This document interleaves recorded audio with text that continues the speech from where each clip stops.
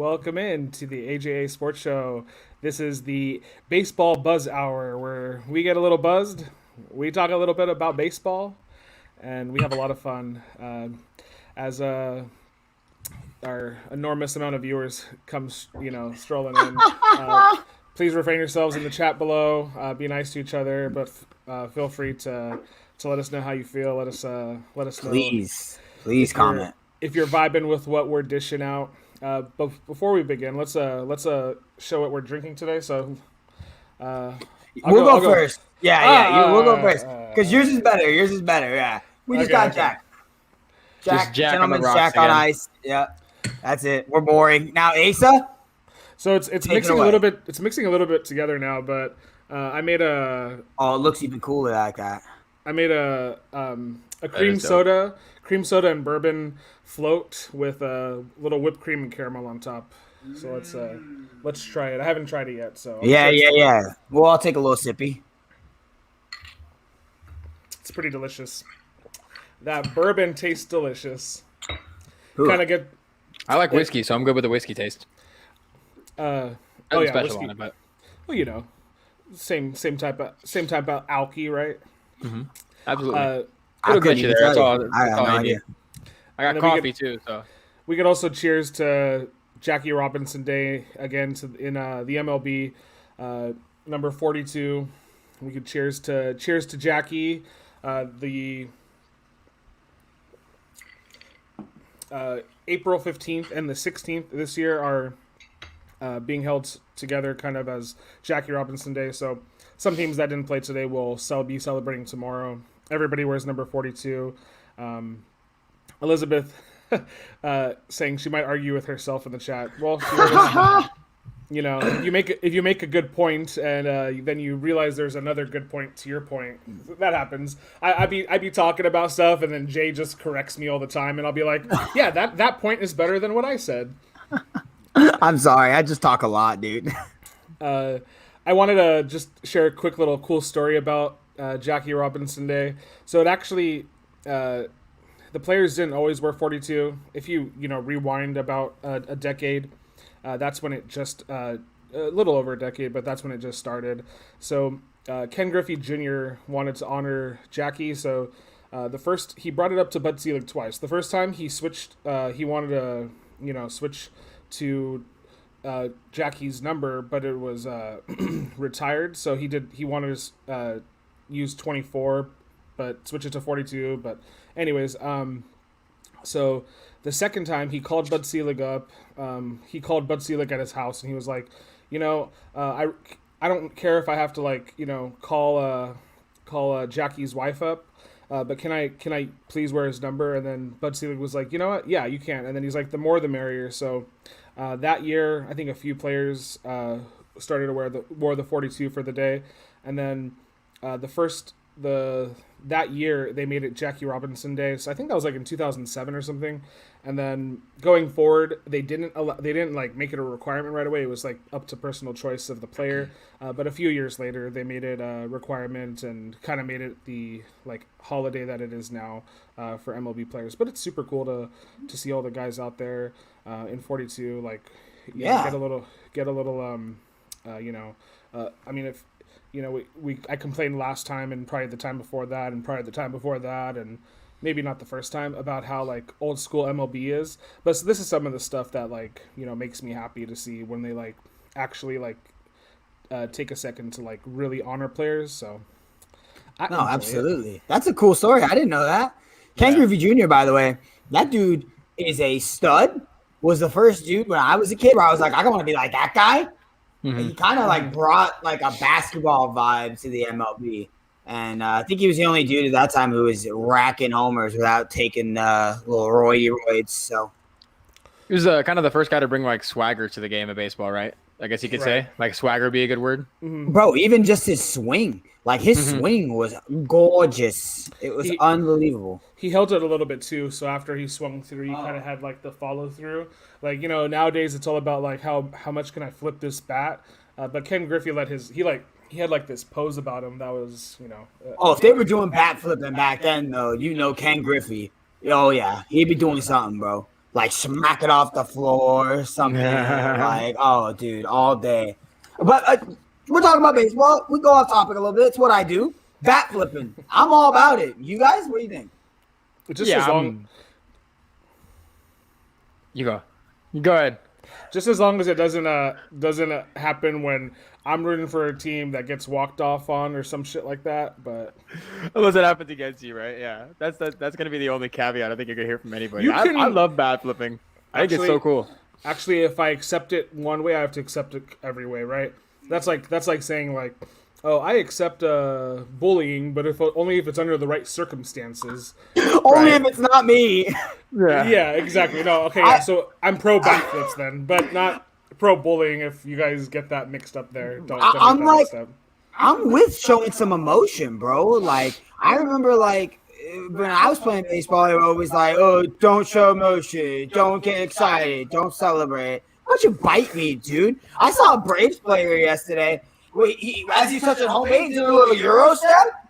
That was cool. About it, yeah. I like it. Well, the Dodgers now too are doing when they hit home runs or doubles, they're doing the head tap like from the NBA too for like if you dunk on somebody. So that's cool. Like it's just cool to see like the players be like being able to be like kids because they've been kids since they've been playing the game that they're now professionally playing and to uphold that standard and like they're going to, but let them goof around a little bit. Just because they're adults doesn't mean they can't not goof around. Look at the NBA. You hit a 3-pointer in the NBA, everyone's, you know what I'm saying? Threes. I mean, come on now, dog. Like, let them have a little player playing a game at the end of the day. Side Jack is hitting early for Johnny. Bro. Well, a lot of like leagues do this where they like sometimes they try to be like too like controlling over like how happy a player or team is following a celebration or something. Like football, stupid ass like football for a couple of years, like no celebrations, no touchdown celebrations, and then they allowed it again, but they're like we want you guys to celebrate, like, and then now they have the screens out in the end zone area for you to like play around with or. Or dude, the Bud Light end zone cams and stuff, and when you achieve an accomplishment and do something in your sport that gets your team points or like is something good that gets your team to win in the game, you should be able to celebrate, bro. Like it's really not something too difficult. We are going to use that perfectly stated phrase, and then we are going to pivot to our next topic, which is no-nos. Oh, no-nos. We had a couple no-nos in Oh no! Yeah. don't copyright us, TikTok, for that. So there was 2 no-hitters. We can start with the one that happened last week. Joe Musgrove from the San Diego Padres in their 100-plus year history, I think, achieved the first no-hitter. This guy was traded to the team this offseason. So but what the cool thing is he actually is from California, and his parents have a coffee shop out here, I think in Southern California and like below SoCal, like below Orange County, I should say. So like kind of in the San Diego region. I think it's Alpine, California. We might have to pull that up on a map, but because I'm not 100% sure. And the bourbon's already kicking in. I've never heard of it. Is it any good? Oh, not the bourbon, the coffee shop. Oh, I don't know, but it's like a little coffee shop in a little town. And all these Padre fans have been visiting it this week to kind of like, celebrate Musgrove going, making history for them. And then another cool thing, his high school put a mural, I think, on their gymnasium of his like reaction after he threw the no-hitter. But he threw 112 pitches, went the distance, obviously, 10 strikeouts. He hit Joey Gallo with a pitch in the 4th inning, which would have made it a perfect game had he not done that. Sucks. Yeah. So. No, the sucky one is the other guy who we'll get to, who hit a guy in the 9th inning. It sucks for both of them. They both lost their perfect games on hit by pitches. That stinks. They didn't allow. But he lost it in the 9th inning. I'm not saying that. Yeah, I mean, it's still okay. But if you hit someone in the 4th, I don't know that I'm gonna go all the way with a no in the 4th.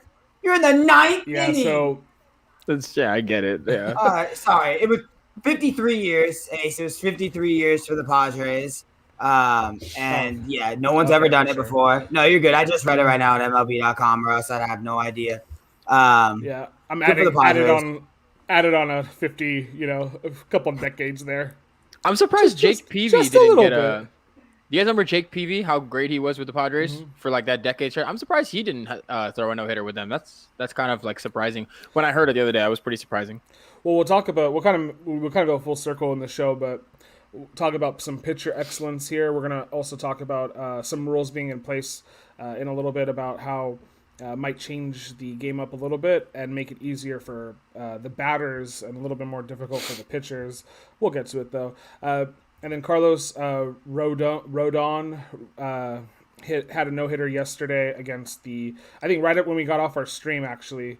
He threw a no-hitter against Cleveland. As Jay was mentioning, he lost it in the ninth inning.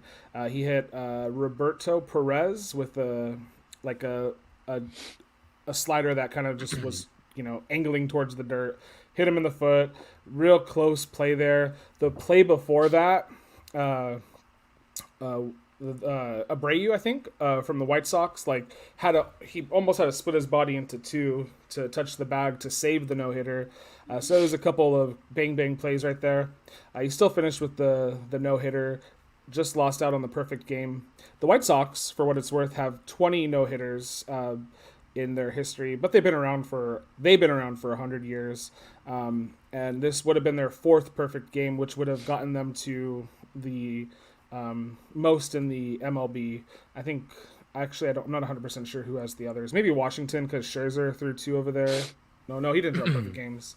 I'm not sure. Didn't do the research. You should have had a perfect game, bro.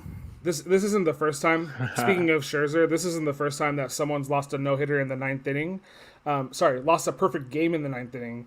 Oh boy! Carlos joined Scherzer. Scherzer did it in, I think, 2012. Scherzer had 2 no-hitters that year. But Scherzer lost it too. And then I think someone kind of back in the day. But yeah, there's a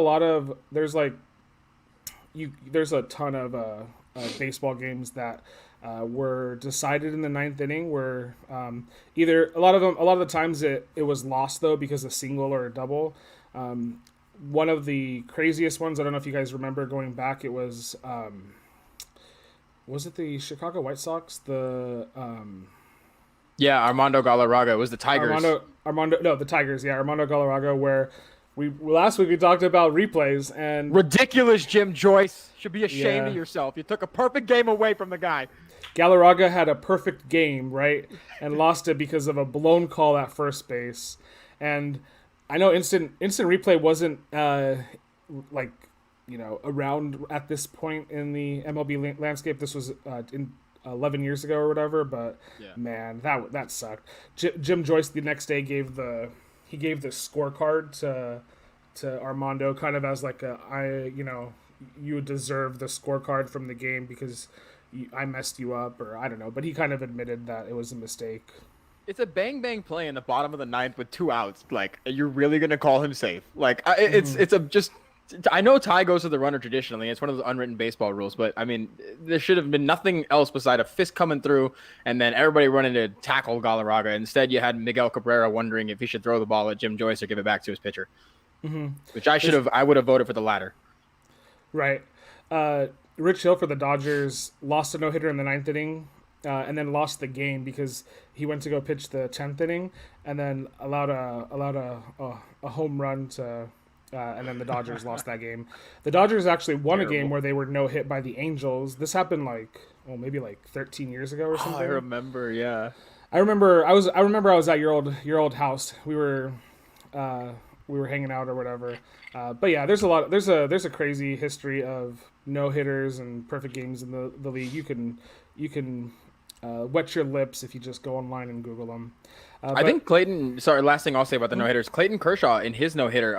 I think I'm trying to remember who the outfielder was. It was a kind of like a guy at the end of his prime. I don't know if it was Carl. I think it might have been Carl Crawford or who's the other like outfielder that the Dodgers had that was a couple years ago when he threw his no hitter. Someone robbed the home run in right field to like preserve his no hitter. So that was kind of cool. It was a team effort, you know. So like you said, like you mentioned Jose Abreu had to stretch really well. I'm guessing at first base, right, to make that play. Yeah. Your team effort for no hitters. You got to make the plays. Yeah, definitely. But kind of cool. We have 2 in the season. It's 2 weeks in. So yeah. I have the Galarraga one. If you guys want to see that real quick, it's like 10 seconds. It's egregious. It's really not sure bad. if I want to cry on stream, but go for it. Yeah, it's really bad. It's not good. I mean, dude is absolutely out. Oh, I mean, it's not even close. I mean, what are we talking about here? And Andrew is 100% right. Tie goes to the runner, whatever. Baseball has these unwritten rules. Here's something for baseball. How about this?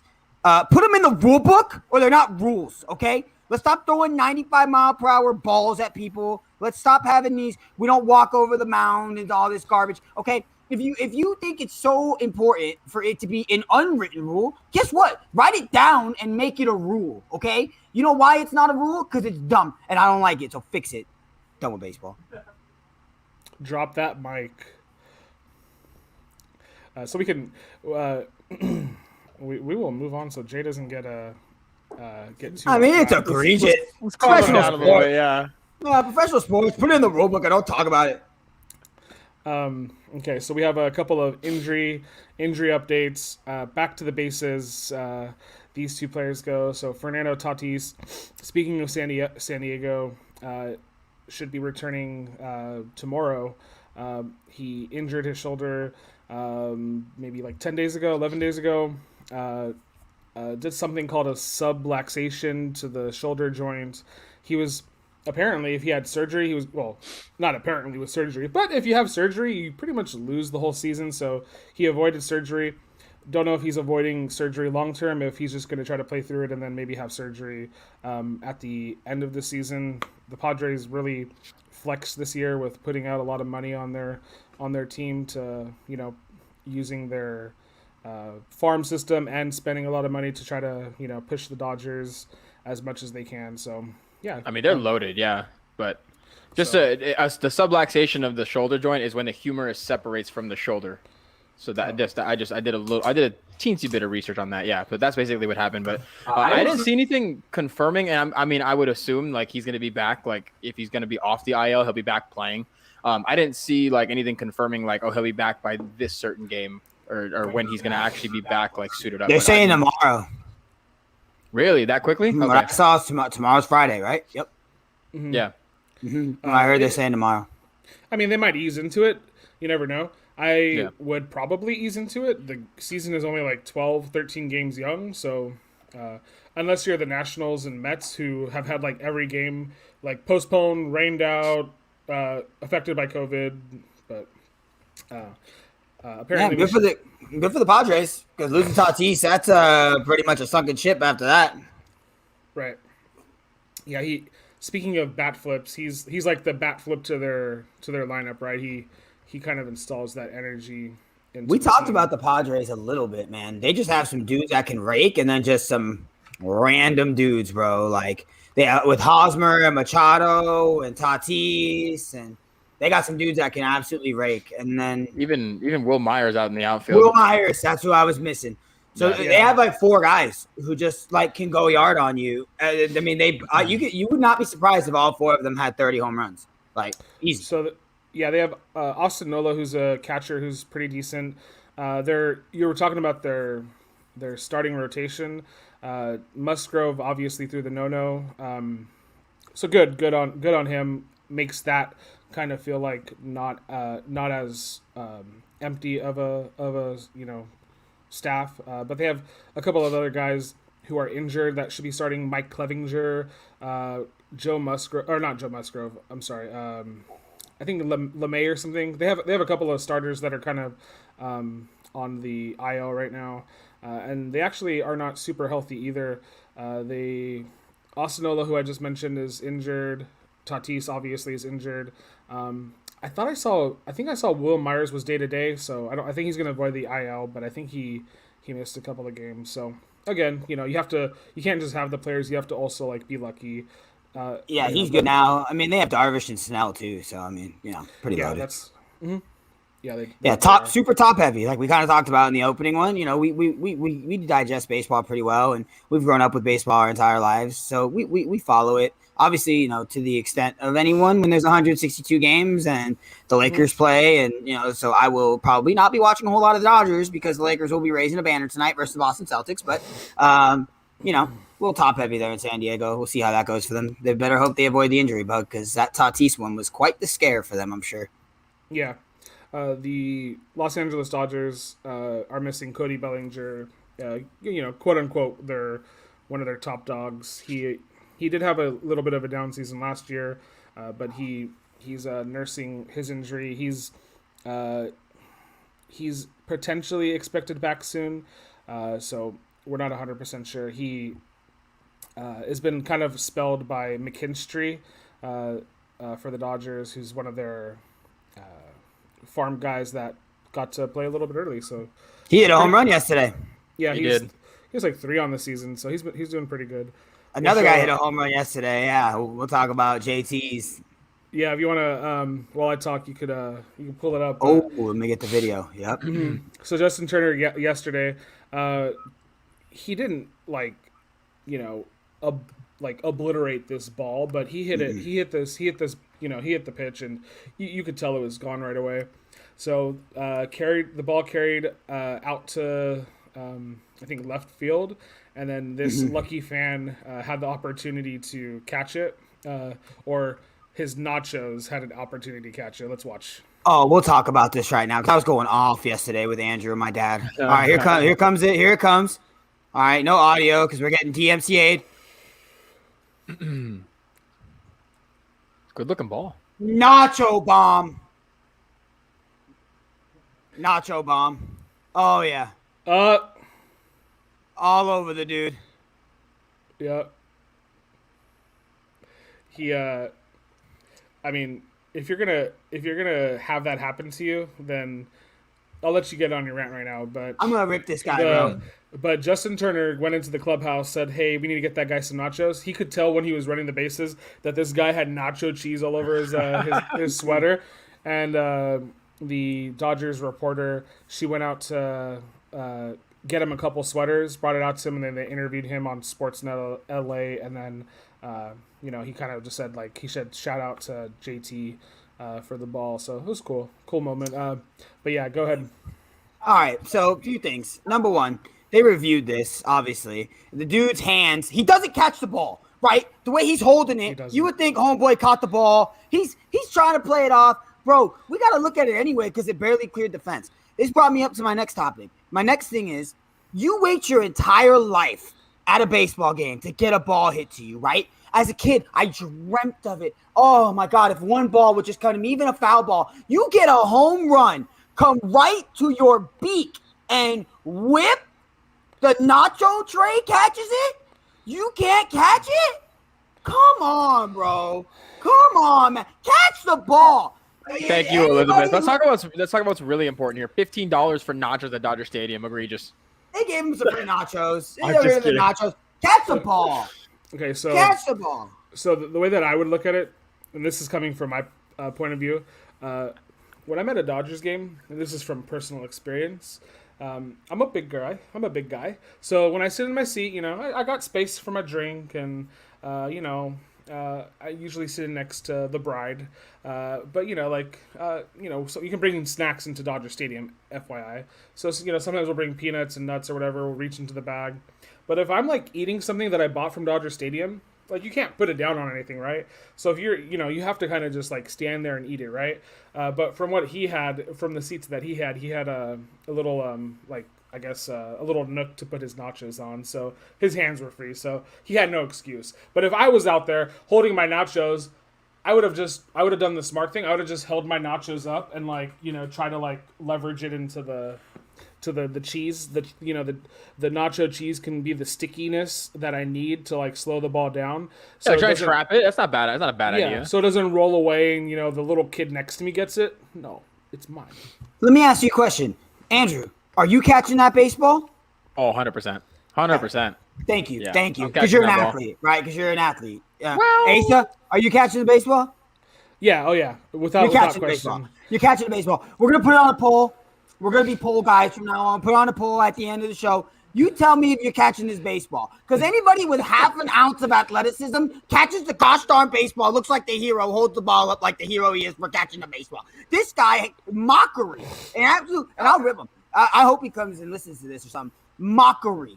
You catch the baseball. Come on, bro. Yeah, he tried to trap it like it was like a punt return. Like almost like it was like catching a football. Like it's a baseball. It's gonna go right through your hands. Like just catch it with your hands. It's gonna sting for a second, but grab a beer.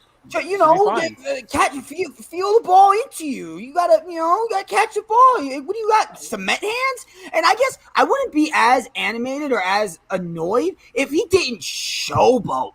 Just absolutely showboated, ball in the air, showing it to everybody. Look at me, I caught the baseball. No, you didn't. Wasn't even close. Put the nachos in the air. That's who caught the ball. One of the best MLB fan clips is this little kid who caught the home run ball, or not a home run ball, but like a ball that went foul. The guy threw him the ball. He caught it, but he had another baseball in his other hand.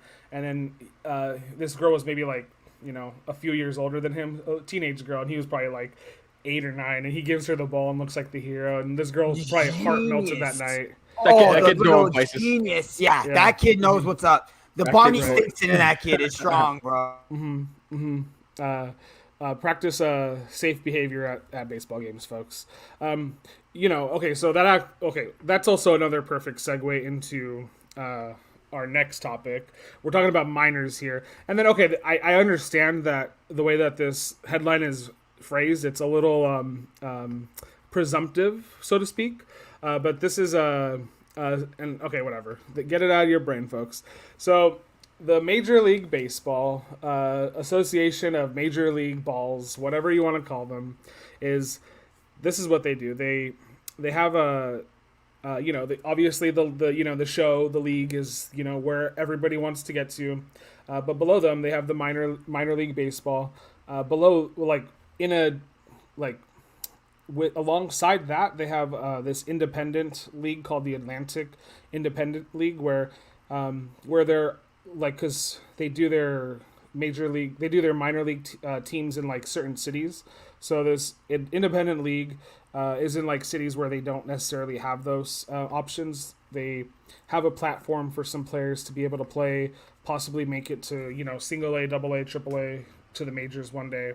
But for the last couple of years, the Major League Baseball has been experimenting with like rules that have or have not been introduced into the major leagues. So if you watched, last year, the 3-batter minimum was tested out in the Atlantic League. So like when a pitcher comes up to pitch now, he has to face at least 3 batters before he's able to be subbed out.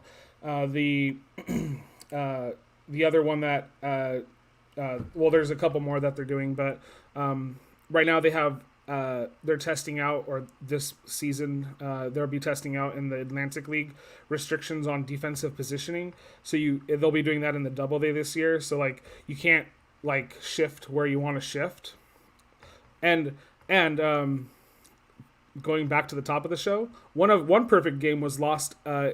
I can't remember when, because this team shifted and the ball went, right, in open territory. So, the shifts are a risky play, but I guess old school baseball wants to have players be where they're supposed to be.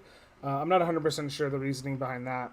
And then they're also looking at 18-inch square bases. So I think that's like a little bit smaller than what they currently have. I'm not 100% sure the reasoning behind that, but they'll be doing that in AAA this year. So the two big ones to me that would change baseball up pretty substantially, and I kind of am okay with the way that, these rules. It's just a little bit of a shell shock to see happening. So there's two. So the DH rule. So in the American League, you can have a designated hitter. The pitcher doesn't have to hit the whole game. That means the pitcher doesn't have to go out for batting practice. If you know what the designated hitter is if you're watching the show. Well, hopefully. So they're gonna do a rule this year where as soon as the starting pitcher leaves the game, the designated hitter for that team can no longer hit. So if you're, the Yankees and you bring in your relief pitcher, the relief pitcher now has to take turns hitting later in the game. So this is supposed to do a couple of things. The starting pitcher doesn't have to do batting practice anymore, potentially not have to hurt themselves. I think it was the Diamondbacks had a guy, or maybe it was the Rangers, had a guy that got injured during batting practice one day because he was going to hit later that day. I think it was the Diamondbacks. So it's supposed to preserve the starting pitcher. It's supposed to make the starting pitcher pitch longer. So like the whole idea is baseball kind of wants the pitchers to stay on the mound. And then it's supposed to add some strategic like balance into the game. So you're forced to use your bench. So you can't just think of like you're starting 9. You have to potentially sometimes be 12 or 13 deep. If you don't want your relief pitchers to go out there for an at bat, you'll bring in whoever's on the bench. And yeah, okay. Before I go to the next one, what do you guys think about that DH? They're gonna call it the double Just hook. put the DH in there, man. Just put the DH in. Like, just do it. Like the American League has it. They did it with the NL last year in the shortened season, and it works fine. Just do it. I don't understand like why one league. I will never understand why does one league have it and the other doesn't? It doesn't make any sense. It really doesn't. We're talking about batting practice, Ryan. What's going on, Ryan?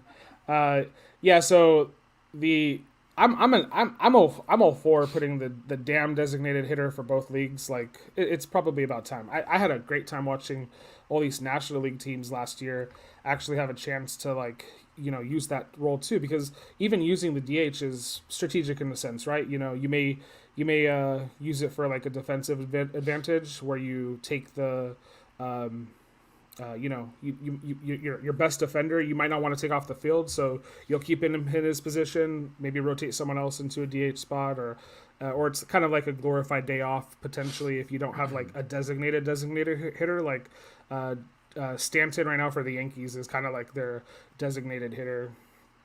I don't mind the NL having the pitchers hit, bro. It's what they've done. Like I'm not like an old head or anything, but it doesn't really do anything as long as everyone in the division's doing it. And then if the AL is hosting the game, then you have a DH. If the NL is hosting the game, you pitch your hits. I'm cool with it. I don't think it's a big deal. I think we're going to talk about the other rules here in a minute.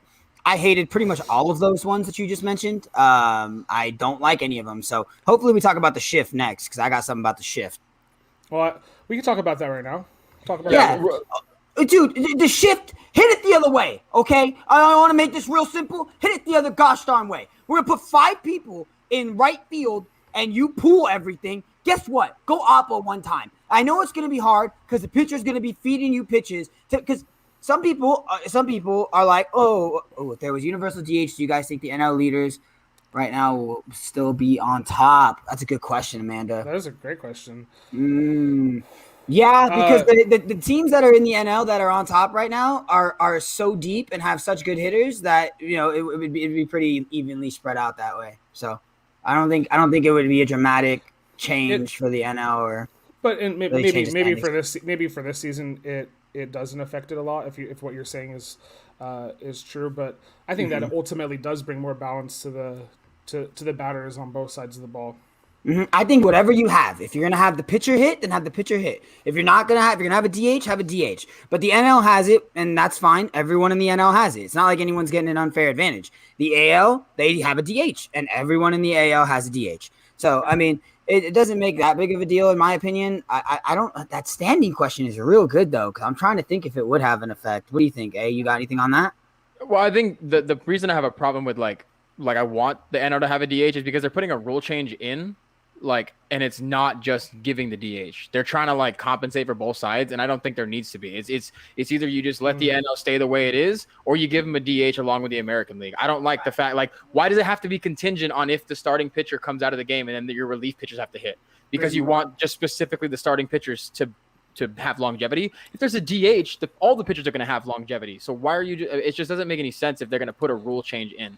The shift got completely. I don't mind. There's an entire gigantic 400-foot baseball field.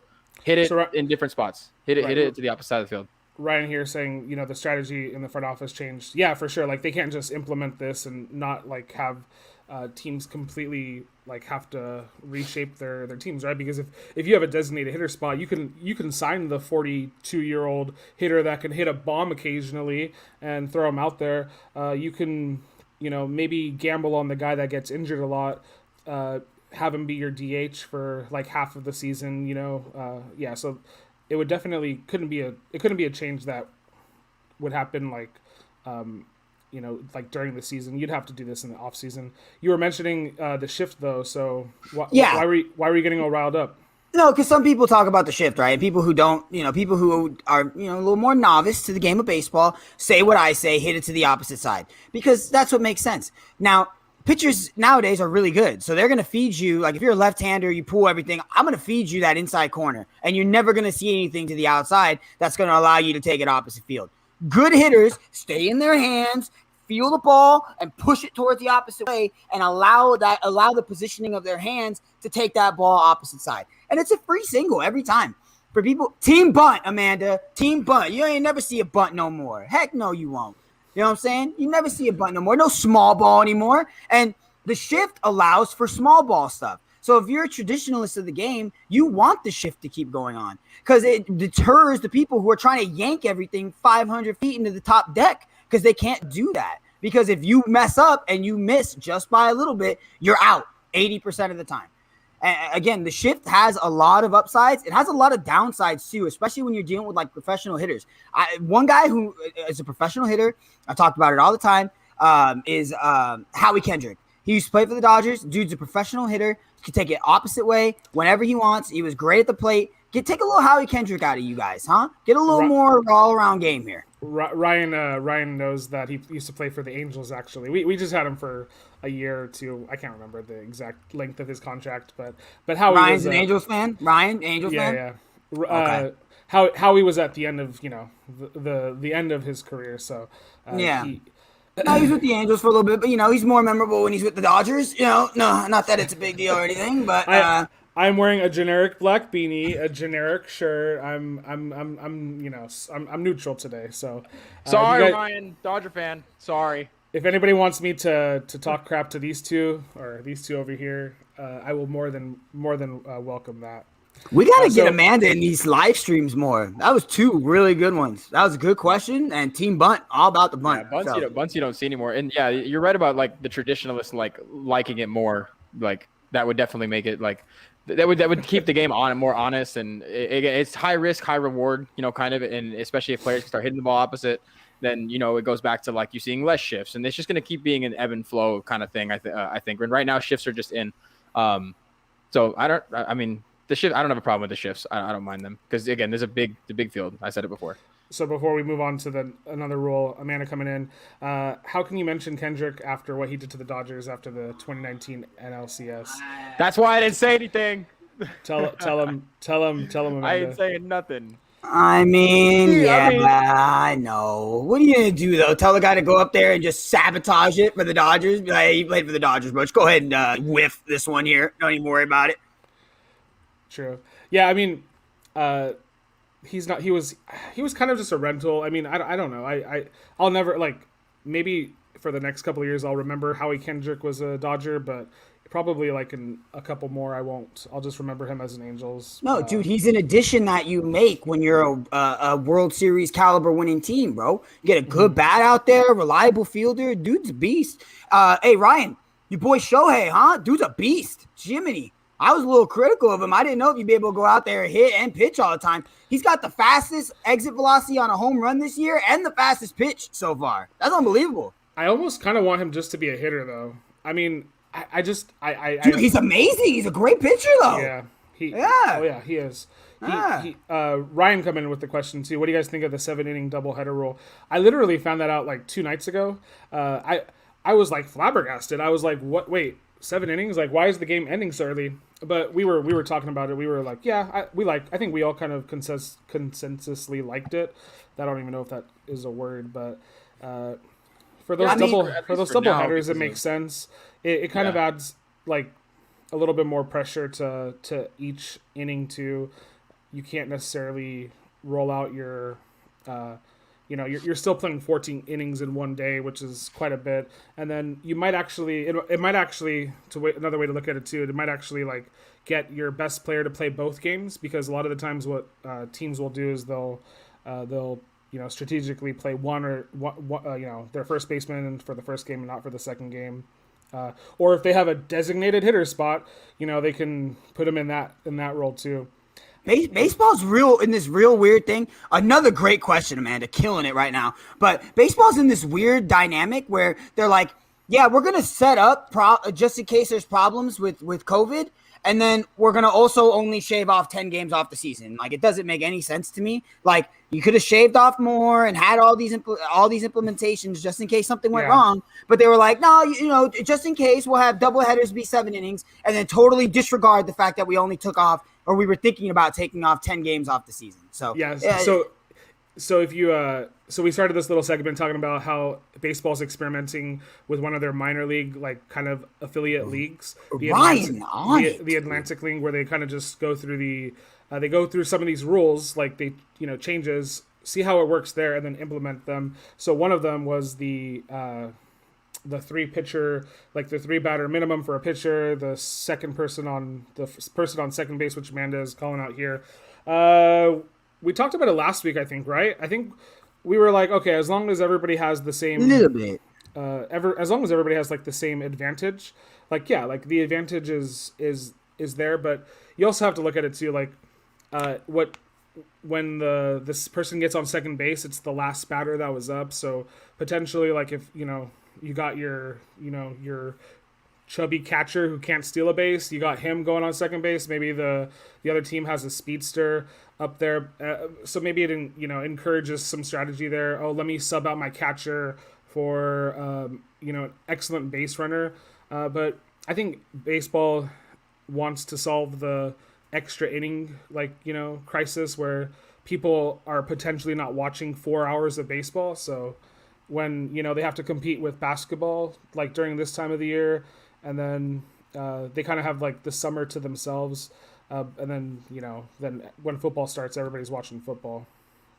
Yeah, this kind of goes kind of hand in hand with the argument about like them wanting to preserve pitchers. We don't need to see 15 innings of pitching, 16, 17 innings like of just pitching and going to the bullpen. This goes back to like, and it kind of like, again, you could relate it to like, having the DHs to have pitchers, have pitchers not have to bat and then have them for later innings. But I'm okay with this. I don't mind having the runner on second. It's just I don't want to watch 14 inning games. I mean, there's really no reason for it. I just really don't see the reason to just keep going. There was a 14 inning game in the World Series, and the only reason I watched the 14 innings was because it was the World Series. It was the World Dodgers, Series. the Dodgers ended up we lost that game. No, we won that game against the Red Sox. So the league has a 162 game schedule, and it's trying to like cut down on like 12, 14, 18 inning games. So I get that. Like it's a lot of too much of a good thing is a bad thing. So there's already worries and have been in. Sorry to keep going here, but there's already been worries and stuff about time limits in the past years that have been talked about. Baseball games are like 3.5 hours for a 9 inning game, and then last year you saw. During the COVID shortened season, the games were average about 2 hours, 40 minutes. And that MLB was really encouraged by this. And that rule change of having the runner on second just kind of goes with keeping the time limit, kind of low. And it's not that we don't want to see baseball. We want to see quality baseball. Because then again, even if you run out of pitchers too, and we talked about this last week, you're going to see guys like the Dodgers, their designated non-pitcher outfield player was Russell Martin for the longest time. Russell Martin would come into games in the 13th, 14th inning and pitch. And I mean, he was throwing 80 miles an hour, but I don't want to see that. I don't want to see Russell Martin pitching. He's a catcher. Do your thing. So I think the caveat is, and you kind of mentioned it, sorry, it's just in the regular season, I'm fine with it. Because again, you get that little garbage time where we're throwing people out there once it gets to a certain point, and a lot of managers are smart now. Before, they would just run their bullpens out and try to get the dub for the day and not worry about the fact that they got another 2 games left in the series. You kind of saw that with the Rockies in Game 1 of this series with us. They came out and they were down 6-0 in the 4th inning, had to yank their starter, and then their second guy coming in wasn't doing too hot either, but rolling with the punches because I'm not going to blow my whole bullpen when I got 2 more games. So in the regular season, 100%. Throw a runner on second base. Let's get this moving and grooving. Playoff baseball, I'll watch 18 innings of playoff baseball, dog, all day. All day I'll watch that because those are the games I got to win that game, right? Yeah. And that's where the priority starts to make a difference for me. So yeah, what we're kind of getting at here is I think everybody that watches baseball can agree. Like, you want your best players to be able to play the whole season. So, like, if you can limit the way that, like, they're utilized and not have to, like, worry about, you know, if you get into an extra inning game, you have to bring in the starting pitcher for tomorrow's game into that game, you know. Like, if you can structure it so that there's, you know, the longevity of your players are put into like the number one priority, because I think that's what it ultimately comes down to. What we talked about last week, how baseball doesn't necessarily have like the biggest stars. Like Mike Trout can be at a gas station, right? And how many people are going to recognize Mike Trout? Like, you know, maybe the few of us will, but like he pretty much can. Ryan will. He could pretty much walk around, you know, Anaheim, the Los Angeles Anaheim area. That's a joke to their team. Yeah. Just the Anaheim area. Yeah, just the Anaheim area. We took that little LA back to give me that. The Disneyland Angels. Okay, so Ryan brought up a question that we were about to get to next. So he asked, did you see the minor league moving the mound back a foot? So I was going to just bring that up. And we never got to your tangent about shifting, but we can save that for a rainy day. So I got tangents about everything, dude. You know what I'm saying? Moving the mound back a foot. So this is what they're trying out this year. They're going to be trying it out in half of a season, and then the other half of the season, the Disneyland low blow Disneyland Angels. No, we love you guys. Thanks for tuning in. We appreciate it. And not just tuning in, but giving us a lot of fun stuff to talk about. You guys are probably thinking a little bit harder than we are. I don't. We started off the hour with our, you know, our glasses full of alcohol, and now they're all empty. So we gotta. Yeah. I gotta think a little bit. So, anyways, back to this. So they're gonna move it back a foot, test it out for half the season, see how pitchers and batters do the other half of the season. Since 2005, every year there have been more strikeouts. So, you know, every year has passed the year prior to that. So they want less, you know, swings and misses and more, you know, entertaining bats on balls action. It hasn't moved like since I think 1893. I think like something like that. It's been a while since I think the National League moved it back 5 feet, and then ever since they did that, that's when it kind of became a thing. I think the game is allowed to grow, so I'm okay with it. It kind of like, if you look at it, it's like an orchestra here, because like we're talking about if players are going to be healthy, like the pitchers now have to, you know, throw from farther back, so like it's kind of a balance here. So I don't think everything is going to stick that they're trying out in the minor leagues this year. Maybe they'll get rid of this like DH double hook rule and then just give everybody a designated hitter. Maybe the mound will get moved back a foot. So I think there's room to grow. We already said that enough last episode.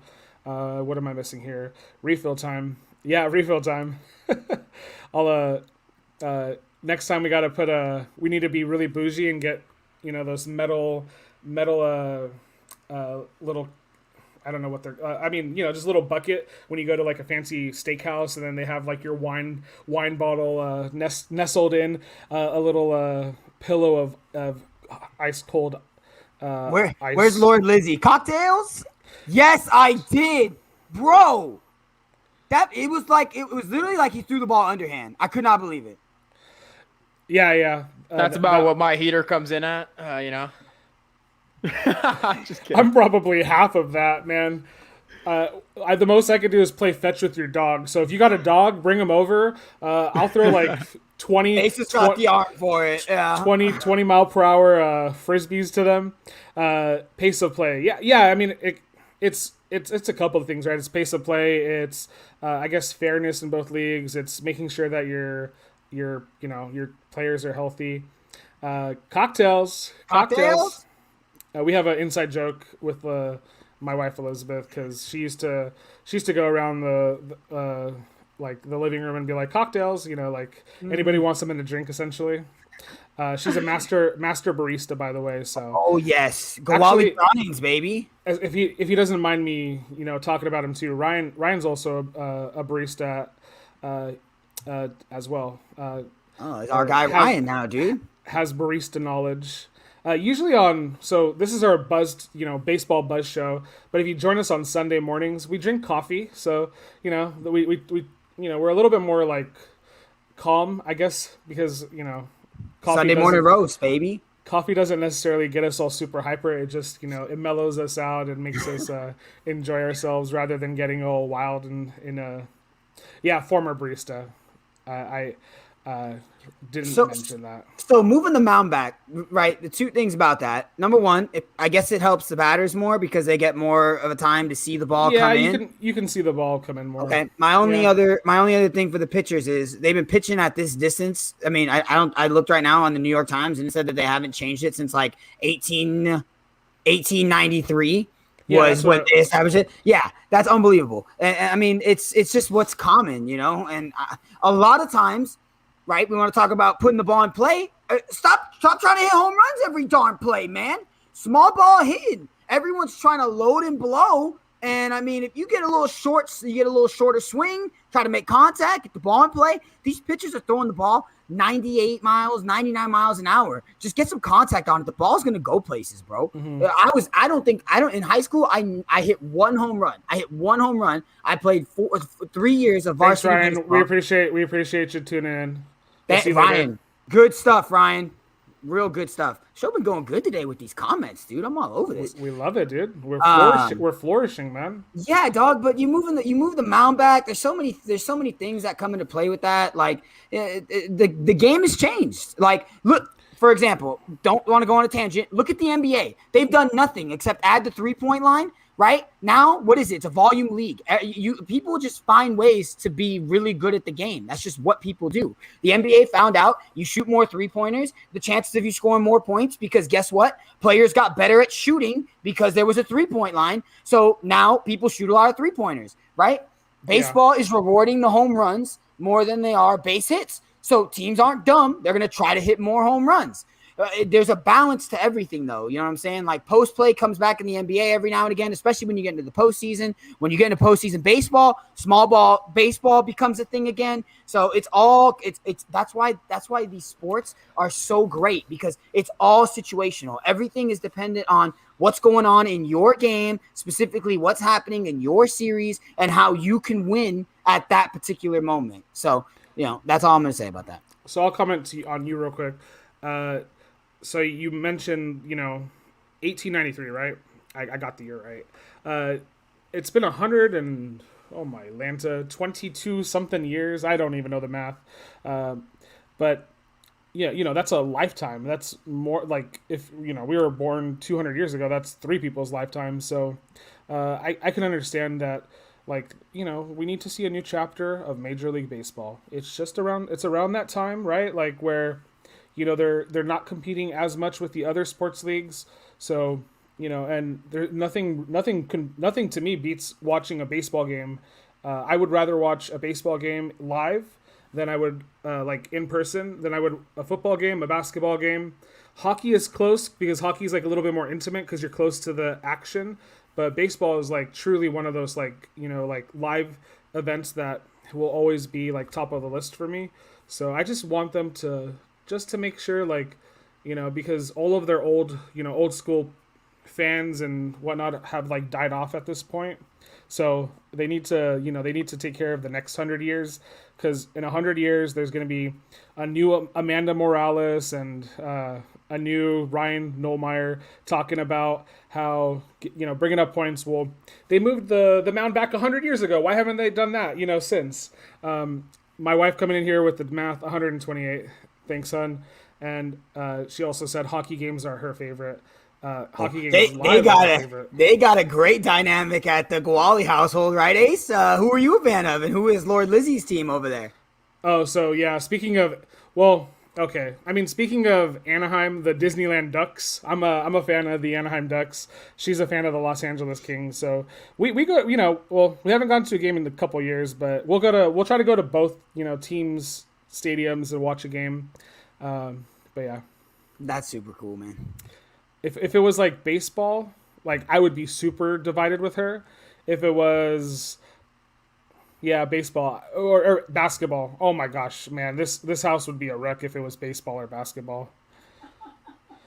Just to give my 2 cents real quick about the mound moving back. I don't necessarily know enough about what the effect would be. I just don't think it's one of those things that are necessary. Jay, like, when you talk about like, I guess here's my question. Like, they want to see more home runs. What's enough home runs to like be, kind of enough? Like in the last full season, like in 2019, Pete Alonso hit 53 home runs. Is that not enough? Like, that's a lot of home runs. Cody Bellinger hit 47. Jorge Soler hit 48. Mike Trout hit 45. How many more home runs do we need? Like, the pitchers are going to be pitchers. They're going to be good. And like, if you move the mound back too, that means more movement possibly for their breaking balls, which is what's been leading to a lot of strikeouts. So yeah, I just to give my 2 cents, I don't think moving it back really should change. I think the other things are a little more important than that right now, but just my 2 cents. Yeah, so to answer your question, Amanda, tickets are a little bit more expensive right now in the NHL. They're actually a little bit more expensive everywhere. I saw Dodger tickets today, like not cheap, like over like triple digits, a couple $100 in some cases. So with the like, if you're in Texas, probably not, because Texas has a full stadium. So everybody, if you're watching a baseball game at their park, I'm pretty sure the ticket prices are normal. $5. And you can find a ticket. The tickets here are still pretty high because there's social distancing inside the actual stadium itself. Yeah, go figure. There's a pandemic still going on. Crazy. A lot of I think a lot of season ticket holders too, specifically for like the Dodgers, are getting a chance to. They can't all come at once, so I think they were able to like book some games for like the first week where they got to go. Because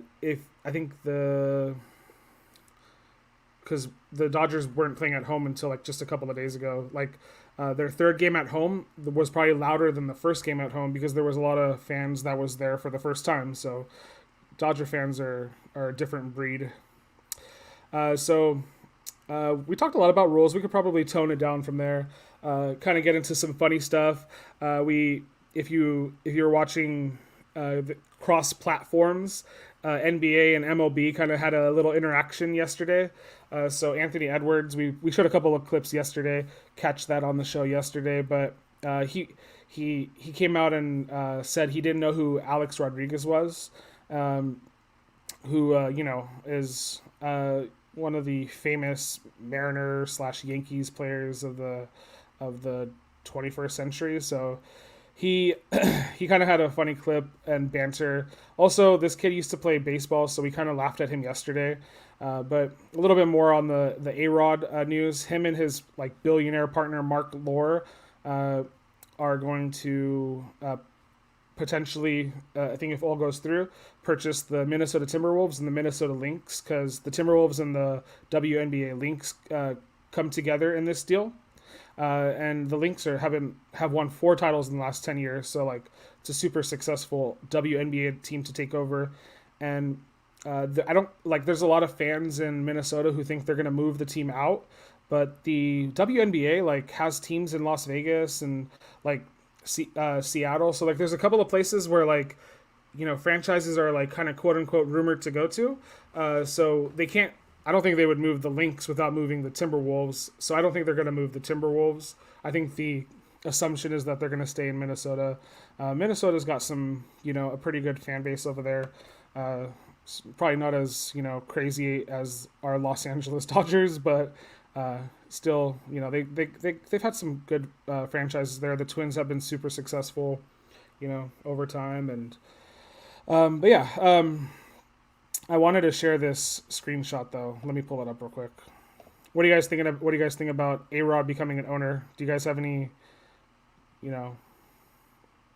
I mean, is he just following suit like Derek Jeter, taking over, piss poor franchises? The Marlins, yeah. So, I mean, the Timberwolves, I feel so bad for them. They've always had like outstanding big men, just to like give a small take. and I know it's a baseball show, but they've always had outstanding big men. They had Kevin Garnett, didn't win nothing. They had Kevin Love, didn't win nothing. They had Karl Anthony Towns, and they stink. Like I mean, generational players. And if Karl Anthony Towns goes somewhere, I would not be surprised if he wins a ring, because guess what? KG and Kevin Love both won rings when they left Minnesota. I'd feel bad for Minnesota either way, but they can't win apparently. Well, for what it's worth, I mean, the Golden State Warriors, have run off a couple championships, well, a few championships, this last decade or so. They, even though Golden State has, up there's the capital of California, like, it's always been Los Angeles, and then, the Sacramento Kings were like a pretty damn good team a few years back. Well, not a few years back, but, like 12, 13, 15 years back with like C-Web and Bibby and stuff. So the Golden State Warriors kind of came out of nowhere. If I'm being honest, not that I didn't think that they could do it, but they drafted well. They brought in, some good talent and made a smaller market team the best team in the league. So, but Karl Anthony Towns has to stay there. Otherwise, that team has no shot. Oh, they're rumored to trade him this offseason. This dude, Anthony Edwards, is a national treasure, and we need to protect him at all costs, just so we are aware. He is hilarious. What's good, my guy? So, I zoomed in. Let me zoom out. Bleacher Report posted this. AROD, shared it. He said, "Hi, Anthony. I'm Alex." No, Alex, you're AROD. Everybody calls you AROD. Well, sorry, he's a businessman now. And then Anthony Edwards. Businessman. What's good, my guy? With the sweat bead coming down and the smile. If you saw the thumbnail, which I made, which I thought was hilarious, AROD with the "Hello, my name is who?" So Slim Shady. Yeah, Slim Shady. Also SS shortstop Alex Rodriguez. See how we weaved that together there, folks. Bridge the gap very nicely right there. That was smooth. That was super smooth. SS. SS doing it again. We are so successful when we have wonderful people come in the comment section. So thank you, Amanda. Thank you, Ryan. Thank you, Elizabeth. I think we're gonna kind of wrap it up here. We were gonna go over. I just had one thing. But, okay. I just had. Sorry. Sorry. You said sorry twice. That's SS. Good. Alex Rodriguez should not be buying the Timberwolves because Kevin Garnett should have bought the Timberwolves. He was trying to buy it. You got to put Amanda. I don't know about that. They broke up. They broke up. I know. I'm pretty sure people know who AROD is. Hey, but J-Lo saucy, bro. J-Lo. Get out of here. Get out of here with the J-Lo stuff. J-Lo being single. J-Lo being single. That's 30 home runs in his career. What are you talking about? People know who AROD is. Do he look like J-Lo? Did you say J-Lo was so saucy? SS? He did. Another SS. Yeah. It's true. Fake news. A-Rod's a beast, bro, but dude, J-Lo is like otherworldly. Like she's unbelievable. And she's getting up there in age and still right. A little spicy tamale. I guess you're not wrong. My wife is in the stream, so I ain't gonna say anything. I'm one drink isn't gonna make me act like a damn fool. Anyway, Kevin Garnett should be the owner of the Timberwolves. Agreed. Dude Taylor doesn't like Kevin Garnett. Kevin Garnett, everyone, you would assume his jersey's already retired, right? No dice. He's like, you're the owner, not getting my jersey retired. Want no part of it. In 2008, when he traded him, he said that Garnett was trying to tank while he was on the Timberwolves. Homeboy, he was the only one on your team ever trying to win you games because you were surrounding him by a bunch of bums. So I don't want to hear it. I will show one thing. I think this is probably the biggest reason why Kevin Garnett is not the owner of the Timberwolves. I'm going to share my screen for a second, Asa. It's the hoodie, okay? It's the hoodie. We got to stop this, okay? This has got to stop. Half on, half off. This has got to stop. This has got to stop with the hoodie here. This is just not okay. Oh man, here's the picture. Hold on one second. It's loading. I don't know what glue we're using, what kind of tape we got going on here. But that's no go. He says there's no tape, no glue. I guarantee you the owner, he walks into the owner's meeting with a hoodie like that, they tell him to kick rocks. So probably the reason why he's not the owner because of the hoodie. But KG should be the owner, not Alex Rodriguez. And it's blasphemy that he's not. So for the sake of the big men of years past in Minnesota, the owner deserves absolutely no credit, and I applaud KG for not wanting his jersey retired while he's still there. The guy gave $80 million to Latrell Sprewell, first of all, when KG was there. awful. And then when he had Kevin Love, a generational talent, averaging 25 and 12 his entire career, they drafted in back-to-back picks Johnny Flynn and Ricky Rubio, back-to-back point guards. So that owner needs to go. Owner needs to go over it. Oh, he's gone. He's gone now. So you say sorry, SS, to the owner, and you say you have to say salutations. Get his ass out of there. So KG can be retired as a Hall of Famer there. I'm not okay. So I'm trying to think of every word that starts with S here. This stream is slowly sputtering to its end. Yes. Another one. You're welcome, America. We're gonna have a serendipitous send off right now. We're gonna say bye to everybody. Thanks, Amanda. Thanks, Ryan. Thanks, Elizabeth. We appreciate you guys tuning in. If you guys are still here, thank you for staying until the end. We are at AJA Sports Show. So if you guys, I know some of you guys follow us, and we appreciate that more than we can say. Thank you. We appreciate it. Okay. Lakers are hanging a banner today. Lakers are hanging a banner. They're probably doing it right now. So we're gonna hop off so we can go watch that. Yep. All right, guys. Thanks, guys, and we'll talk to you guys soon. We'll be on Sunday for the next episode of the Sunday Roast. So if you guys want to come chat with us and have some good conversation, we'll be there. All right, guys. Have a good rest of your day. Later, guys. Go Lakers. Bye.